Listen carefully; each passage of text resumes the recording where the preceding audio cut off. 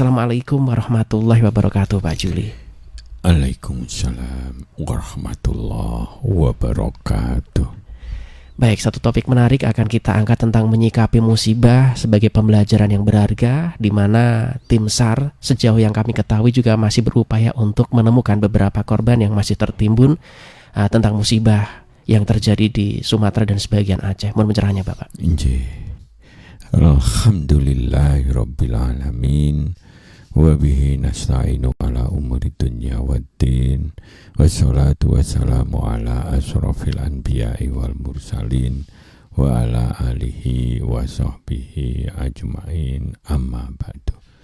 Ma'asyiral muslimin rahimakumullah.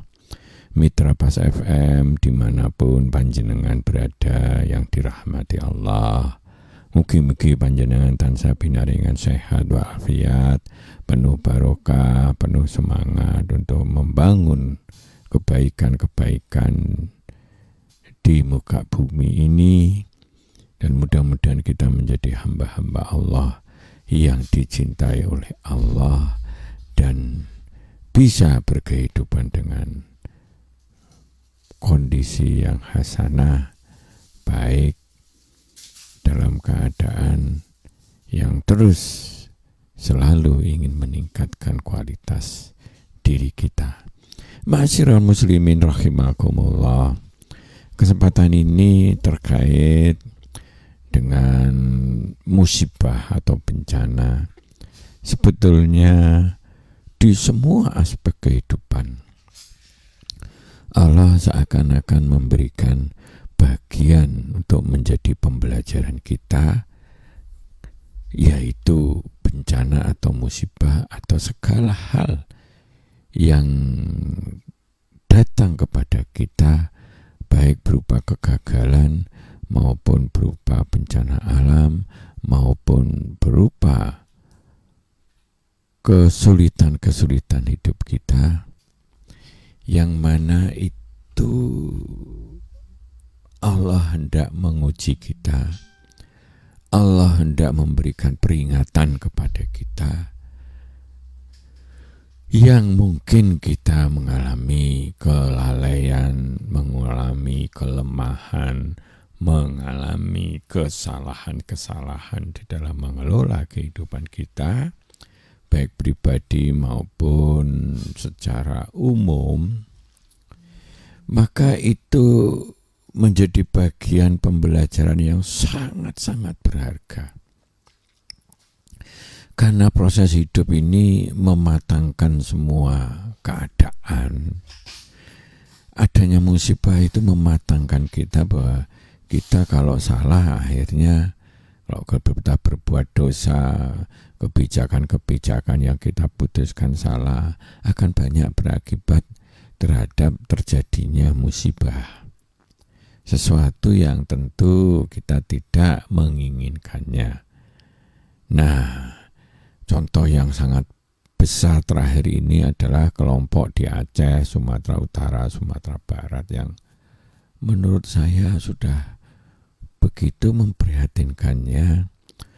Karena ternyata di bawah itu balok-balok kayu bertumpukan ribuan meter kubik.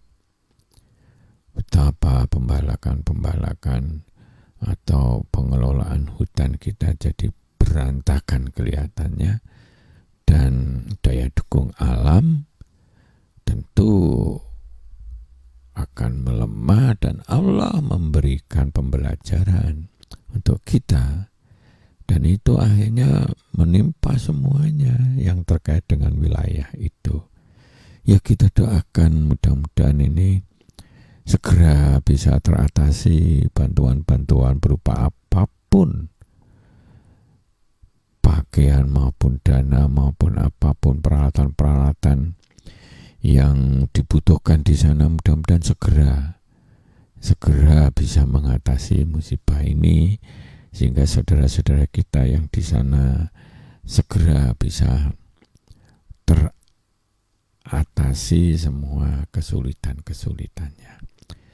Di tempat lain pun juga begitu banyak musibah juga, walaupun tidak separah dari Sumatera Utara, Sumbar maupun di Aceh. Ya, ini dalam musibah bencana alam. Allah sudah memberikan gambaran bahwa kerusakan di muka bumi ini, di darat maupun lautan, itu kebanyakan karena ulah manusia, ulah kita. Baik pemangku jabatan, terutama pemangku kebijakan. Kalau salah memberikan keputusan terus gampang ngasih sesuatu, izin hutan yang di situ akhirnya tidak dikendalikan persyaratan untuk mengelolanya, ya akibatnya begini. Padahal itu sebetulnya sangat gampang, sangat gamblang dilihat betapa masih banyaknya pengambil kebijakan ini ngeremeh nih sesuatu yang bersifat moral, yang akibatnya berdampak begitu dahsyatnya terhadap masyarakat. Timbulnya bencana-bencana yang begitu mudahnya kita lihat. Namun kebanyakan dari kita, ya bencana ya wis bencana begitu. Padahal Allah hendak memberikan pembelajaran kepada kita agar yuk kita pelajari, yuk kita introspeksi diri, yuk kita evaluasi ke depan. Mbok yo jangan gitu, ditoto sing api, aturannya ditoto dan sebagainya, dibuat antisipasi kalau ada pelanggaran betul-betul ditindak dan sebagainya.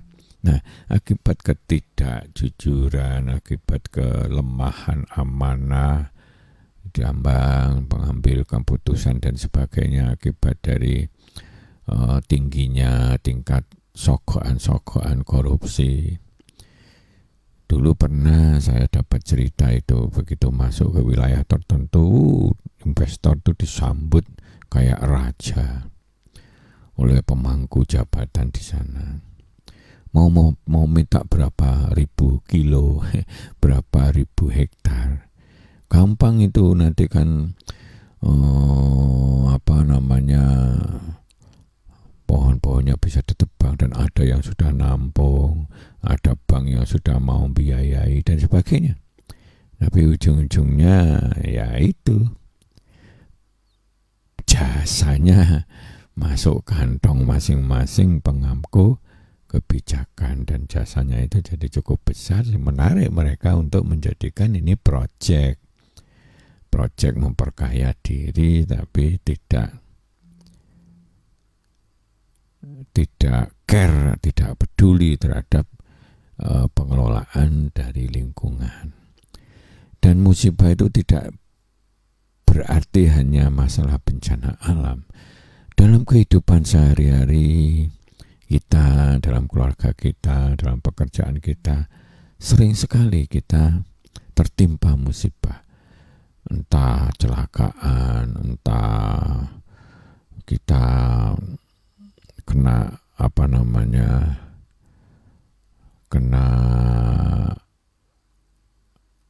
kondisi yang sangat sulit, sehingga kita menjadi terpuruk dan sebagainya. Nah, di dalam semua musibah ini Allah mengandung peringatan sekaligus ujian untuk menjadi pembelajaran kita, ya.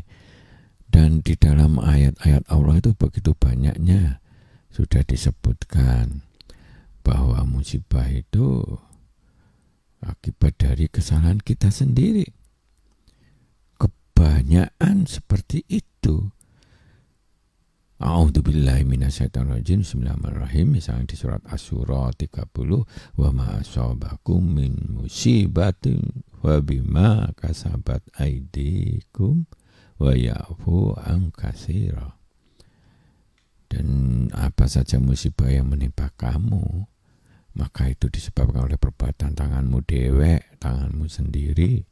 Nah, Allah saking sayangnya memaafkan sebagian besar dari kesalahan-kesalahan itu. Namun hati-hati kalau kita nggak ngambil pelajaran, maka musibah-musibah berikutnya akan terjadi.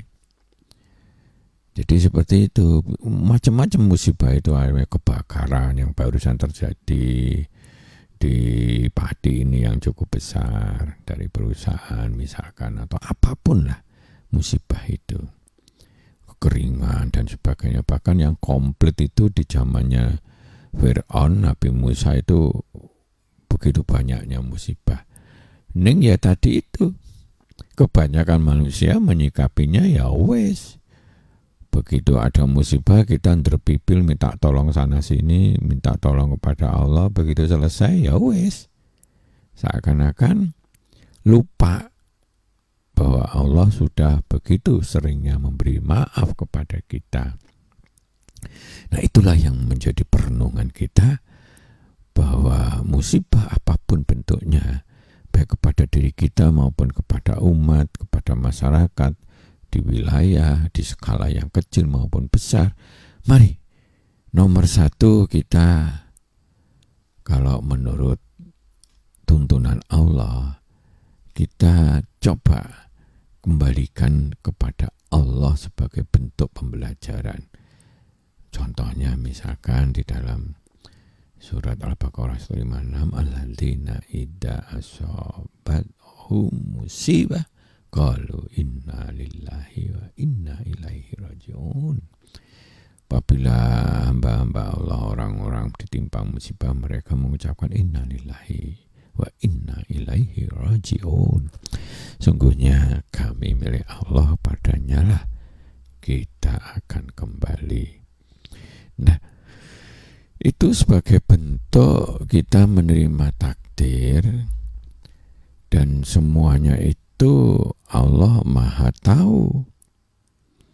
Jadi tidak ada musibah yang menimpa seseorang kecuali dengan izin Allah. Nah, disitulah ada suatu proses pembelajaran sunatullahnya, itu ada yang dilanggar atau enggak, ada disepelekan atau tidak. Nah, itulah yang harus menjadi suatu pembelajaran. Sok neh ojo terjadi lagi, sok neh. Nah, kebanyakan orang ngeremeh nih proses pembelajaran Allah yang diberikan kepada kita ini.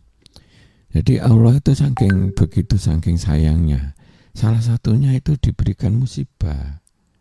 Jadi, maka kalau misalkan di surat At-Taghabun ayat 11 misalkan, wa ma asaba min musibatin illa bi idznillah wa ma yu'min billahi yahdil qalbah wallahu bikulli syai'in alim. Tidak ada suatu musibah pun yang menimpa seseorang kecuali izin Allah, dengan izin Allah. Dan barang siapa yang beriman kepada Allah, niscaya dia akan memberi petunjuk kepada hatinya, dan Allah Maha mengetahui segala sesuatu. Artinya kalau terhadap musibah-musibah itu kita jadi introspeksi iman kita perkuat, kesalahan-kesalahan introspeksi diri kita peranukan, kita pertajam. Kalau terkait dengan Allah ya kita minta ampun dan memperbaiki semuanya. Terkait dengan manusia atau sistem yang ada di dunia ini ya kita perbaiki. Sistem perizinan terhadap tambang, terhadap pengelolaan hutan dan sebagainya. Termasuk di dalam pekerjaan kita. Nah, fokus kepada kita menerima takdir Allah, kita mendapat musibah, terus kemudian fokus bahwa semuanya itu atas izin Allah, berlaku sunatullah. Kemudian itu dilanjutkan dengan introspeksi diri, mana yang salah, mana yang lalai, mana yang lemah, dan sebagainya, baik di dalam persaingan bisnis maupun apapun musibah dalam keluarga kita dan sebagainya yang tidak atau belum sesuai yang kita inginkan, yang kejadian itu menyusahkan kita, mari itu cara berpikir kita harus pada kondisi tidak nyalahkan orang lain, nyalahkan diri kita sendiri. Atau kalau skala nasional ya nyalahkan ya para pemangku-pemangku kebijakan, dan juga mungkin kita belum mengingatkan secara serius, sehingga akhirnya terjadilah pengambilan keputusan kebijakan yang salah, jebul-jebulnya akhirnya berdampak bencana kepada kita. Maka kalau misalkan kita salah milih pemimpin yang nggak karu-karuan, tukang bohong dan sebagainya, ya tunggulah begitu banyaknya bencana akan datang, baik kemiskinan dan sebagainya. Loh, kita yang milih ini yang termasuk yang harus introspeksi juga. Wah, itu sebuah kesalahan memilih pemimpin, dampaknya luar biasa terhadap kerusakan di wilayah kita. Nah, itulah yang kita lihat. Jadi pertama, pola pembelajaran kita adalah kita terima itu sebagai sebuah pembelajaran, peringatan Allah dan ujian. Kemudian yang kedua, introspeksi diri. Nah, yang ketiga ya tentu melakukan perbaikan. Kalau itu terkait dengan Allah ya istighfar atau minta ampun dan sebagainya, melakukan perbaikan, jangan diulangi lagi. Kalau terkait dengan sistem di dalam masyarakat, ya itu harus dijadikan suatu area yang sangat kita pentingkan untuk kita berubah menjadi perbaikan-perbaikan secara sistemik, begitu. Sehingga akhirnya pengelolaan hutan, tambang atau apapun dan sebagainya itu bisa terkelola dan terkendali dengan baik dan sebagainya. Nah, inilah yang kita ingin sampaikan di sini. Dalam proses manajemen Islam, ini perlu dijadikan teropongan bagi kita.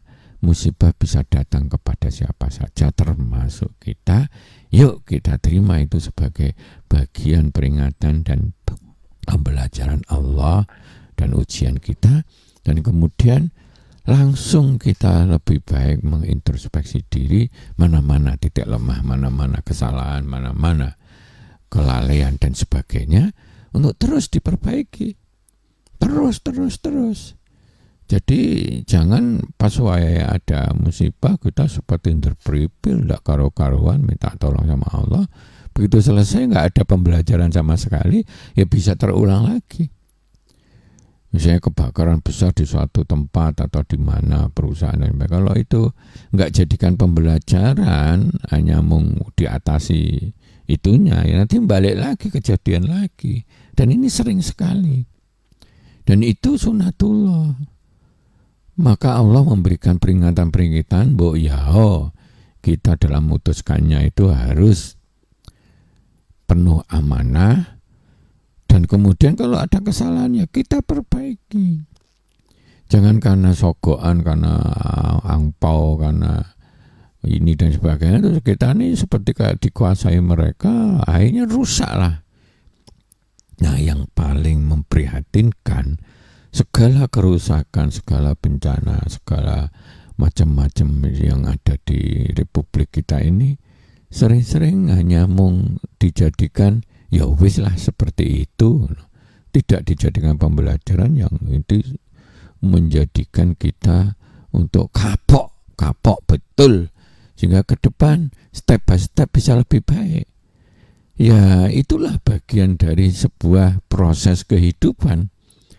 Karena kita memang nggak pernah sempurna, kita ini pun penuh kelemahan. Ya sudahlah, setiap ada bencana dan sebagainya, konsep kehidupan kita terima sebagai peringatan, pembelajaran dan ujian kita, terus kita perbaiki untuk perbaikan ke depan. Ini mesti harus dijadikan pola pikir yang sangat serius.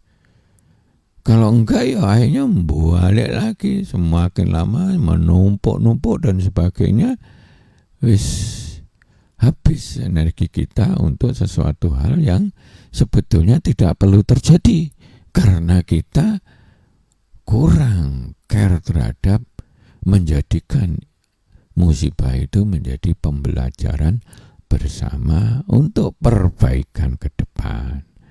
Nah, ini dalam konsep kehidupan dimanapun, baik musibah itu kecil maupun besar, baik terhadap diri kita sendiri atau keluarga kita, atau secara nasional atau internasional, maka semuanya akan mengacu kepada itu, pada konsep manajemen Islam yang di situ pertama kali kita terima itu harus jadikan pembelajaran, ujian, dan peringatan bagi kita sebagai wujud kasih sayang Allah. Dan itu harus dijadikan betul-betul pembelajaran yang berharga. Jangan dilalaikan, jangan digampangkan. Begitu musibah sudah berlalu seakan-akan wis bar gitu. Misalnya ada musibah di kapal, terus sampai, nggak karo-karan ombak, nggak karo, kita terperipil, nggak karo-karan. Begitu selesai ya sudah, hati-hati. Allah memperingatkan, boleh jadi suatu saat terjadi lagi dan nggak ada pertolongan Allah lagi. Karena kita sakar PDW, kita meremehkan terhadap Allah yang sering memberikan kasih sayangnya, melakukan pertolongan kepada kita, mungkin kita ngambil pembelajaran. Itu di Quran sudah cedah wela-wela dijelaskan di berbagai ayat yang terkait dengan itu. Maka mari kita introspeksi diri dalam kehidupan kita, bahwa kadang kelalaian, kadang kelemahan, kadang kesalahan, kadang dosa-dosa besar, kadang tidak sesuai dengan aturan-aturan Allah, kita melanggar aturan Allah, itu sangat dekat terhadap timbulnya musibah atau bencana kepada diri kita. Dan itu wajib kita sikapi dengan pembelajaran yang sangat berharga, sehingga ke depan tidak terjadi lagi. Dan itulah dalam kehidupan hal ini sering terjadi. Monggo kita diskusi pada pagi hari ini, silakan. Spesial untuk Anda Mitra Pas Pagi ini yang ingin bergabung, silahkan Anda bisa masuk, banyak alternatif bisa Anda manfaatkan. Kami buka banyak media untuk Anda berdiskusi. Anda bisa telepon di 0295385877, kemudian juga WhatsApp di 085277999101. Kemudian fanpage kami juga ada live menggunakan audio visual di fanpage Radio Pas FM 42. Yang sudah like, terima kasih Pak Karsiman Rosid, selamat pagi untuk Anda. Kemudian yang sudah bergabung, Assalamualaikum warahmatullahi wabarakatuh Pak Juli. Waalaikumsalam warahmatullahi wabarakatuh. Dari Pak Siman ini menanyakan tentang yang kita lihat ini banyak pejabat-pejabat yang ingkar. Katanya gelondongan kayu itu adalah kayu lapuk di awal-awal. Kemudian setelah didesak para masyarakat lewat kekuatan netizen, mulai mengakui sedikit demi sedikit. Kemudian ada sedikit proses, katanya akan diinvestigasi, tetapi tidak ada satupun yang mengaku bersalah, baik menteri ataupun yang lainnya. Mohon pencerahannya Bapak. Ya itulah, kalau kita mau jujur, memang sebetulnya negara kita ini kaya raya. Harusnya bersyukur Allah memberikan surga untuk Indonesia ini dengan banyak sekali potensi-potensi yang luar biasa. Potensi kehutanan, potensi tambang, laut dan sebagainya. Mung salah kelola. Ya ini akibat dari para elit itu tidak amanah, tidak jujur, tidak sidik, amanah, tabligh, watona, tidak pandai, asal comot dan sebagainya. Saya termasuk menyetujui kalau misalkan ada menteri yang bukan bidangnya hanya untuk permainan politik, suruh ngurusi sesuatu hal yang besar. Andaikan dia punya sehari itu misalnya 1.000.000 jam misalkan, fokus gitu, ya nggak bisa. Karena apa? Karena memang wawasannya masih terlalu jauh terhadap problematika yang ada. Ya ibarat problematika SMA, dia baru SD, ngutek-ngutek soal SMA sampai jungker walik pun ya nggak bisa menyelesaikan, wawasannya belum cukup, kompetensinya, kemampuannya belum cukup. Kalau ini diangkat, dia kalau boleh pemimpinnya harus introspeksi bahwa jangan lupa kalau kita mengangkat seseorang bukan ahlinya, kudune pemimpin merasa akan dosa besar. Karena apa? Karena pengambilan keputusan-keputusan nanti akan banyak salahnya dan akan merusak tatanan yang ada dan merugikan banyak orang. Jadi seperti itulah, karena pola pikir di negara kita ini masih belum concern, padahal konsep dasarnya sudah baik dan benar. Pancasila, Undang-Undang Dasar 45, dan sudah konteksnya itu sudah benar. Mau di dalam implementasinya karena kurang kontrol, karena kurang ini, karena ada berbagai hal, sehingga elit-elit itu sering mengambil keputusan banyak dipengaruhi oleh kelompok tertentu atau banyak dipengaruhi oleh keinginan untuk memperkaya diri. Kuasi amplop plek karena wis menang, setuju, tanda tangan, wis karena dapat dana banyak, dan ini sangat memprihatinkan. Dan celakalah orang-orang kalau sedang diberi amanah terus karepe dhewe begitu tuh, celakalah. Apalagi kalau orang nggak mampu karena situasi politik tertentu diangkat, terus dia malah seneng, hebat tuh aku, tapi kenyataannya mengambil keputusannya dia banyak salah, banyak nggak tahu permasalahan, dosa dia itu. Utuhnya kalau mau jujur ya, Pak maaf saya nggak mampu kok di situ, jujur aja, mendingan ngono, gitu. Tapi itulah kenyataan di lapangan yang masih memprihatinkan. Itulah mudah-mudahan suatu saat step by step ada jadi pembelajaran untuk melakukan perbaikan-perbaikan. Maka kalau orang itu sudah berhutang budi kepada dunia, pada manusia, jangan sampai sikapnya itu meluluh lantakkan tatanan-tatanan keadilan yang lain. Jangan sampai, karena itu dilarang oleh Allah. Pemimpin itu harus adil, dan itu oleh Allah sudah disikapi tinggi nilainya seorang pemimpin yang adil, dan seterusnya dan seterusnya. Dan betapa rusaknya kalau sesuatu itu dipegang oleh orang yang bukan ahlinya. Dan Allah itu sudah luar biasa memperingatkan kepada kita, karena Allah itu maha segalanya. Alimul ghaibi wa syahadah. Allah tahu yang gaib maupun yang kasat mata. Dan orientasi Allah itu ujung-ujungnya huwa rahmanur rahim.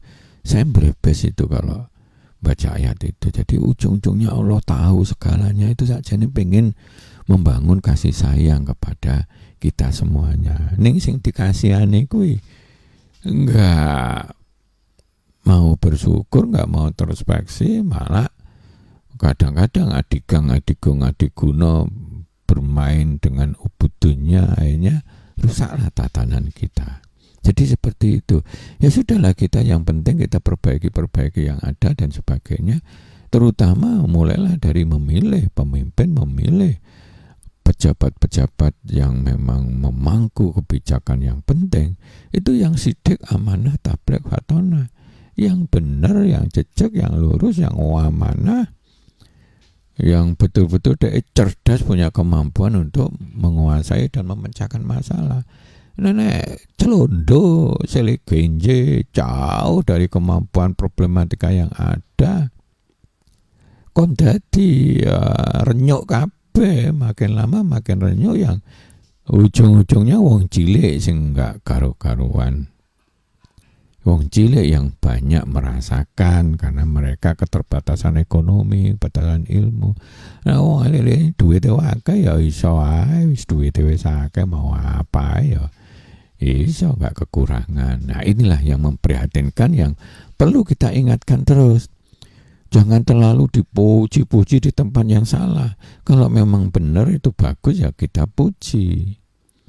Tapi kalau itu jelek dan merusak tatanan dan meluluh lantakkan tatanan-tatanan keadilan dan kebenaran, ojo dilem, tambah membara itu ketidakadilan dan keterpurukan yang ada nantinya. Ngaten nggih, ya mudah-mudahan ini keluhan tapi sekaligus untuk memberikan pembelajaran kepada kita. Monggo yang lain silakan. Berikutnya untuk Anda Mitra Pas, terima kasih untuk Pak Mustajab di Sumbermbang yang sudah memberikan informasi. Kemudian selanjutnya Mbak Uswatun atau Bu Uswatun. Assalamualaikum warahmatullahi wabarakatuh, Pak. Waalaikumsalam warahmatullahi wabarakatuh. Yang demo katanya sebagai pemilik tanah adat yang diserobot tanahnya oleh PT masih dibui Pak sampai saat ini. Bahkan aparat pun malah membela PT dan akhirnya inilah yang terjadi. Mohon pencerahannya Bapak. Inji, ya itulah. Sebetulnya kalau kita menggunakan hati nurani ya dengan penuh kejujuran, banyak kejadian-kejadian sih nggak masuk akal di Republik kita ini, masih banyak sekali. Sehingga kalau ada orang rangkap jabatan sana sini jadi komisaris, jadi ketua partai, jadi ini, jadi menteri, nggak sempat ngurusi sing penting-penting begitu, nggak detail, nggak menyeluruh. Akhirnya ya seperti contoh di Morowali itu ada wis nggak masuk akal sama sekali itu. Bandara internasional kok nggak dikelola, nggak dikontrol oleh pemerintah, itu nggak masuk akal. Berapa banyak keluar masuk kalau sudah internasional begitu, terus sak koar PDW begitu. Jadi di Republik kita ini kalau mau jujur pakai aturan ini masih terlalu banyak problematika. Maka ayo kita terus pilih yang baik, pemimpin yang baik dan benar, pilih pejabat-pejabat yang baik dan benar dan sebagainya agar terjadi perubahan perbaikan yang baik. Begitu banyaknya permasalahan dan bertumpuk-tumpuk. Nah inilah Islam memberikan satu gambaran. Yuklah milih pemimpin dimanapun kelasnya, yang sidik, yang amanah, yang tablek, yang patona. Tablek itu orang yang memberikan pencerahan, pengarahan, memberikan tuntunan-tuntunan yang baik dan benar, membangun sistem yang baik dan benar dan sebagainya. Itu kelompok tablek itu. Kalau dulu zaman Rasul itu ya menyampaikan kebenaran dari Allah berupa wahyu dan seterusnya. Tapi kalau masa kini di dalam hubungan kemasyarakatan ya segala sesuatu yang membangun sistem, aturan, tata aturan, kebenaran yang baik dan sebagainya, sehingga akhirnya menimbulkan suatu tatanan yang baik dan fatona yang cerdas, punya kemampuan memang di bidangnya dan sebagainya. Begitu anehnya di kita ini, itu banyak pejabat yang sama sekali nggak kompeten itu ya diangkat aja dan sebagainya demi permainan politik, demi akhirnya ujung-ujungnya ancur-ancuran yang dikelola itu. Dan ini dosa besar Pak, kalau saya melihat ini dosa besar. Orang yang berbuat begitu, memilih pemimpin yang salah, itu dosa besar. Termasuk kita rakyat kecil yang memilih pemimpin yang salah, itu dosa besar. Nek pandangan saya begitu. Kenapa? Karena itu nanti akan meluluh lantakan tatanan-tatanan kebijakan yang akhirnya menyusahkan kita bersama. Terutama wong cilik gitu. Monggo sekedar untuk sharing kita aja, yang lainnya barangkali masih ada waktu. Baik. Silakan. Masih ada 2 lagi yang sudah bergabung. Terima kasih sudah masuk. Yang sudah bergabung kembali, Anda bisa like karena kami juga punya audio visual. Ada podcast kami Mitra Pas di fanpage kami Radio Pas FM Pati 2. Pak Kalim, Assalamualaikum warahmatullahi wabarakatuh Pak Juli. Waalaikumsalam warahmatullahi wabarakatuh. Pangapunten Pak, stok pemimpin yang kita punya ya kapasitasnya seperti itu Pak. Sampai nunggu jabatan habis pun yang ditanam paling tumbuh di bawah 1 meteran. Kena air sedikit pasti lenyap. Mohon pencerahannya Bapak. Ya itulah perlunya ada perbaikan secara total. Maka barangkali umat Islam, lembaga-lembaga dakwah itu terus menyempurnakan agar supaya memberikan pembelajaran wawasan yang bagus, termasuk membuat training center atau bikin sekolah manajemen Islam atau apapun, sehingga proses di bawahnya itu makin banyak yang berkualitas, akhirnya berwawasan dengan karakter. Karena kemampuan manusia kalau secara ilmu manajemen itu kan dibagi 3 lah. 1, kemampuan teknis, technical skill. 2, managerial skill, kemampuan manajemen, mengelola sumber daya yang terbatas untuk dengan proses manajemen kita kelola untuk menuju sasaran-sasaran yang diindahkan. Kalau belum selesai ya terjadi dievaluasi, plan do check action, rencanakan lagi, kerjakan yang benar, yang terkontrol, cek lagi, adakan action perbaikan kalau tidak terjadi sesuai dengan sasaran. Begitu. Nah, ini perlu dilakukan dimanapun, di tempat manapun berada, sehingga terjadilah proses continuing improvement, perbaikan yang terus menerus. Ini ilmunya katanya gampang, tapi dalam mempraktekkannya itu memerlukan jiwa manajemen. Jadi seperti itu. Nah, kalau ini memang perlu, saya kira kalau dalam konsep Islam, umat Islam itu perlu dicerahkan, perlu dipandaikan, perlu ditingkatkan wawasan. Nah, salah satunya topik-topik yang penting yang kita kaji di dalam manajemen Islam kita ini, itu menyajikan hal-hal yang penting yang sering diremehkan. Untuk boyo jangan diremehkan, itu penting dalam kehidupan kita. Kalau 1, 2, 3 sampai ratusan tema penting itu masuk di dalam wawasan kita, insya Allah dalam mengelola kehidupan kita agar bisa sukses, nikmat, berhasil, hasanah dunia, hasanah akhirat, mudah-mudahan akan lebih mudah untuk menggapainya, sehingga kita bisa sukses dunia, sukses akhirat, menjadi rahmatan lil alamin. Itu yang diharapkan. Karena Allah sebetulnya melalui tuntunan Islam yang dibawa Rasul yang kita cintai ini menghendaki kita jadi khaira ummah yang terbaik harusnya. Tapi keseringan kita ini justru melihat fakta di lapangan, kita ini sering jadi umat yang terpuruk. Kayak ini gontok-gontokan, wawasannya sempit dan sebagainya. Dikasih PR tambang malah jadi bikin ruwet sekarang ini, misalkan seperti itu. Dan sebagainya. Ini perlu ada pencerahan terhadap pola dakwah yang lebih baik, lebih profesional untuk menggalang suatu poros perbaikan kualitas umat ini lebih baik. Wis gak usah ndelok iku kelompok mana kelompok ini, sepenting kalau umat Islam ini lebih baik, lebih sidik, lebih amanah, lebih cerdas dan lebih kokoh karakternya, seperti itu. Karena yang ketiga, kemampuan manusia itu diukur dari karakternya. Jadi kalau dia punya kemampuan teknis itu paling gampang, karena ya kayak kursus saja atau apa mungkin gampang. Kemampuan yang rada angel itu kemampuan manajemen. Dan yang lebih sulit lagi itu karakter yang sidik, amanah, tabligh, watonah.